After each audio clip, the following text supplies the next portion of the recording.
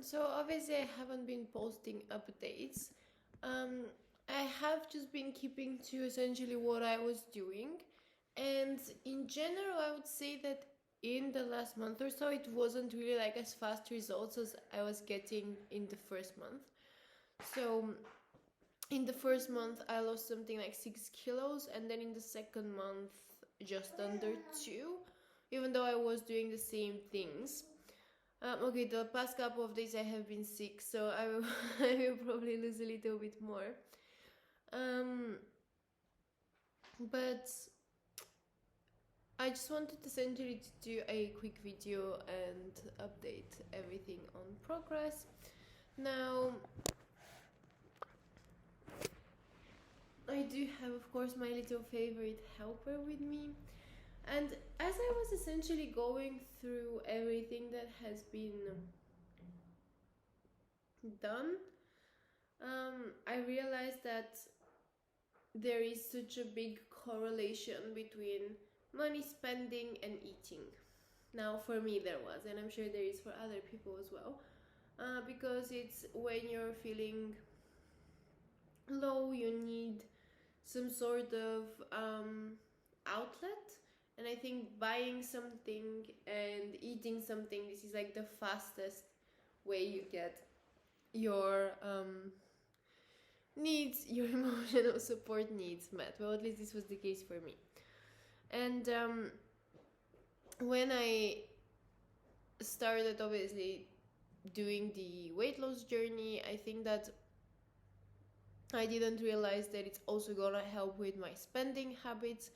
And I think it's really interesting because when I was doing the course at New Year's with Catherine Zinkina, she was essentially explaining that you should focus on one thing, because essentially the one thing that you focus on, it will generally seep into other areas. And that actually makes a lot of sense because of course you're the common denominator in everything that you do. um, and actually calories and money are very similar because at the end of the day it's all math. So you need to be, with calories, you just need to be burning more than what you put in your body.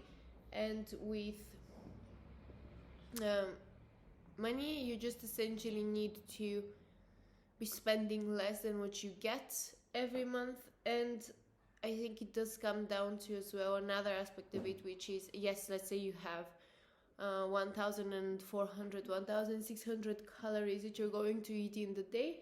Well, how do you spend it so that you're still getting your nutritional values met? And how are you spending it as well, that you like something as well out of what you're eating. It's not just a matter of one or the other. There is a balance. You have to like what you're eating, and it has to be helping you move towards your goal.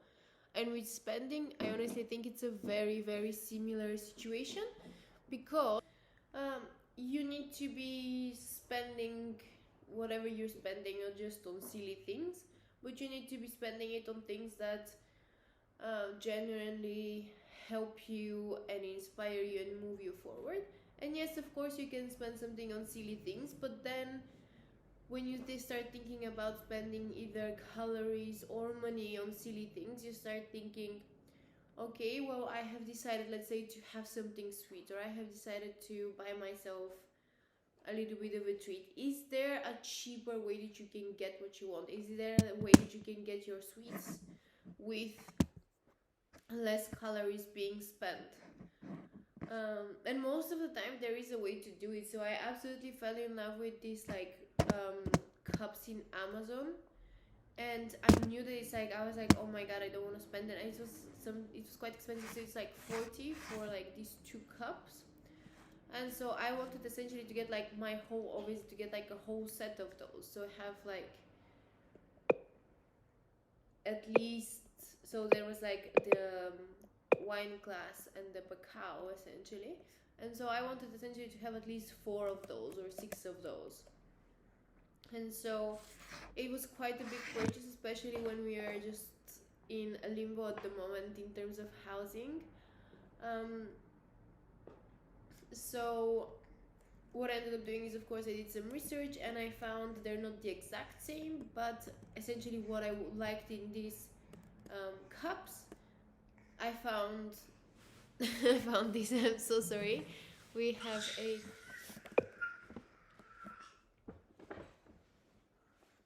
I found was something that had the same thing that I liked about these cups, in like cups that were less than half the price. And I think with food you start thinking this way as well, because it's okay, I want to have something sweet. Do I necessarily need to have store-bought chocolate? Could I maybe have chocolate pancakes that will have less, that I'll still get the chocolate cravings out of, but they will also feed me, and I'll do like a low calorie version that's just satisfying my chocolate cravings without me having to spend all of the calories on chocolate, if that makes sense. So I honestly found the two very, very similar.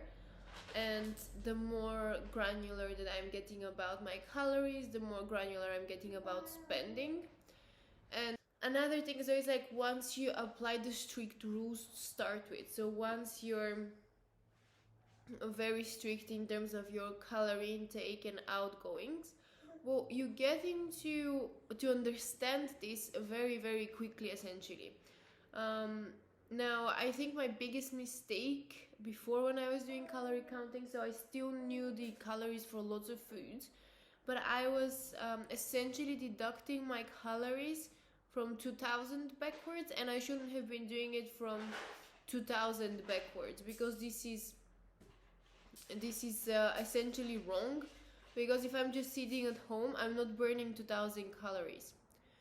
And so once I actually understood what my base rate was for the calorie burning, then it was very easy to start essentially getting the weight off, because all these calculations in terms of how much calories I'm taking, I was already, let's say, doing it, not to the extent that I was doing it, so I would still count the calories, but I wasn't putting in necessarily the correct quantities, and I was counting from like 1800, let's say, backwards.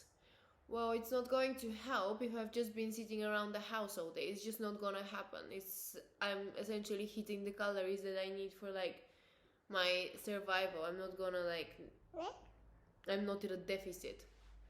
And I think it was honestly something similar with budgeting as well, because I kind of knew, let's say, how much was coming in. But again, not really. So I know it's gonna sound stupid, but I actually get, because I do have a couple of streams of income, and so I kind of knew roughly what the total figure was after tax, but not really. So it turns out that I knew it pretty well. I was like 100 euros off, let's say. But still, how do you not know the exact figure? And then I was doing, like, of course, my savings calculation without knowing the overall figure of what's coming in. Well, of course it's not going to work. And so since I started doing that, it has been a lot easier. And again, with dividing your calories per day, so let's say what I'm aiming for is I'll have like 400 calories for my meals, like around 400 for breakfast, 400 for lunch, and 400 for dinner. And then I leave myself room for about 200 in snacks. And of course, let's say if I've eaten like 500, and let's say if I've eaten like 500 calories for breakfast, then this 100 will get deducted from my snacks.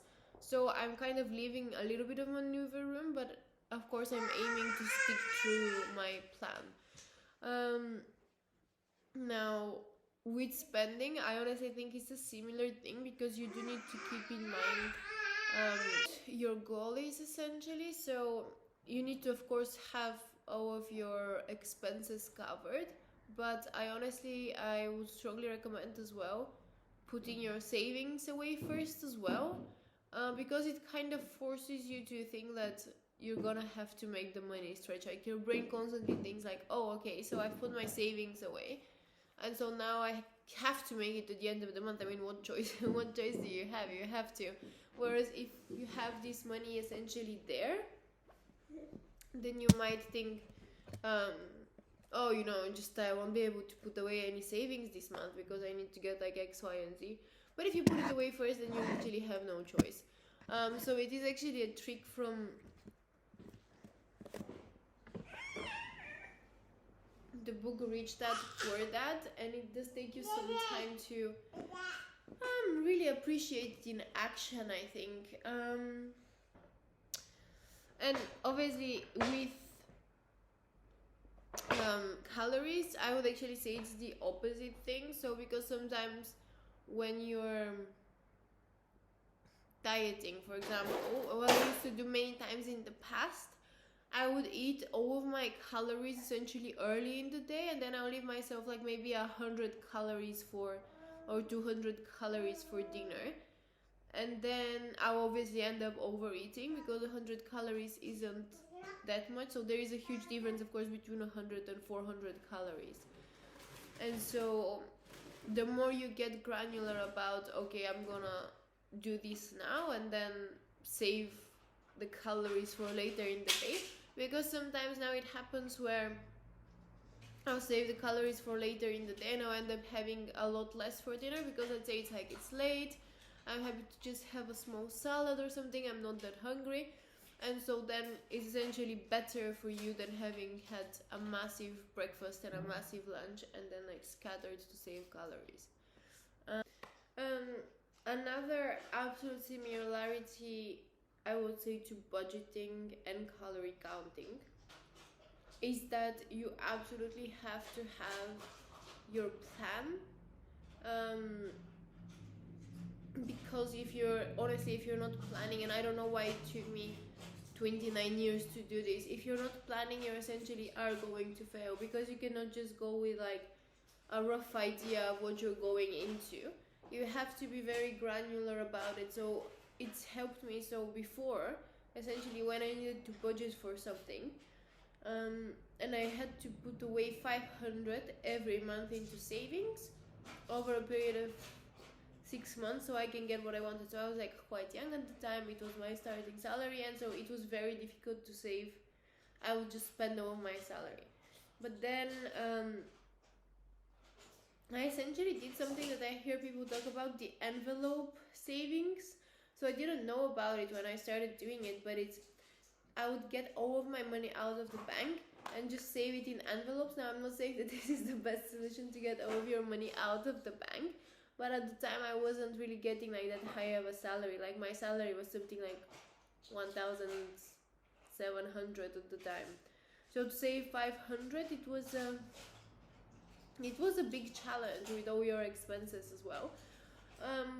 But yeah, so I would take all of my salary out and put it in envelopes, and so I knew exactly how much I had for each category of my life. And this would include as well, I would give myself that extra room, because if you sort of just say, oh, I'm just going to put all of my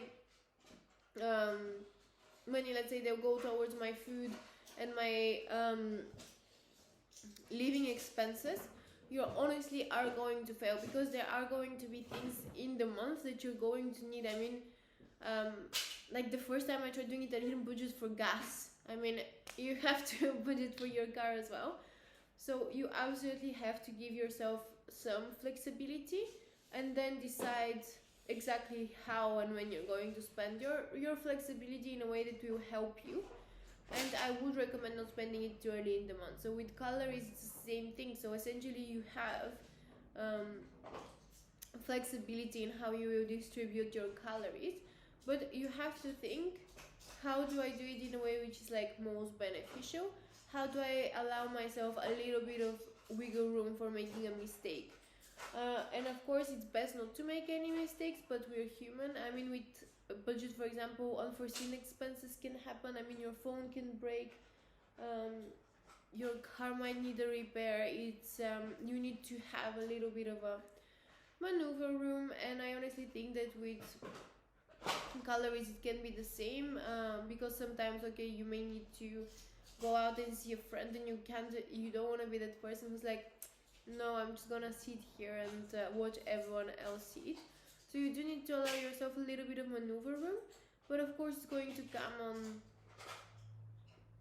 um, on the basis of it happening essentially with calories more. So you need to pre-plan it, let's say in the beginning of the day, that I'm gonna go out for dinner and I will probably end up eating then a bit more for dinner than I usually do, because I'm going out to this nice restaurant. I might have a glass of wine, and that's fine. And it's the same thing with budgeting. So you can allow yourself. I literally had a fund, let's say, which was like my health and beauty, and that's what I would call it. But I would also buy myself maybe like a nice bag from, well, not a nice bag, a nice bag for me at the time, some nice clothes, out of this like beauty and health fund. So essentially I would call it this, but it was, let's say, my free spending on me, that I would spend things on myself.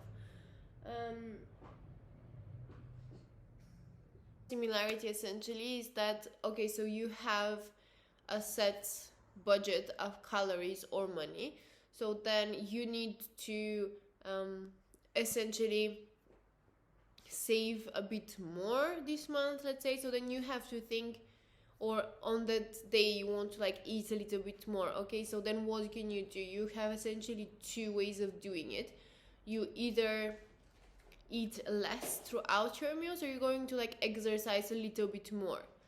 And so I think with money as well, it's a decision between, am I going to like save a little bit more from like other areas, or am I going to find a way to like make a little bit more extra income? Maybe pick up a shift in a bar, maybe do some work online. What can I do to like essentially get my budgeting needs or get my calorie needs where I need them to be? So I think it's very similar, that you do have this choice and this balance. And it does depend, because sometimes honestly when I have a lazy day, I would just end up eating less, because I know that I'm not exercising as much as I normally am. And the same things, I can have a lazy month sometimes where I'm not as productive at work as I want to be or should be. So, you know, I do have to, and again, it is my decision to do what I do essentially. So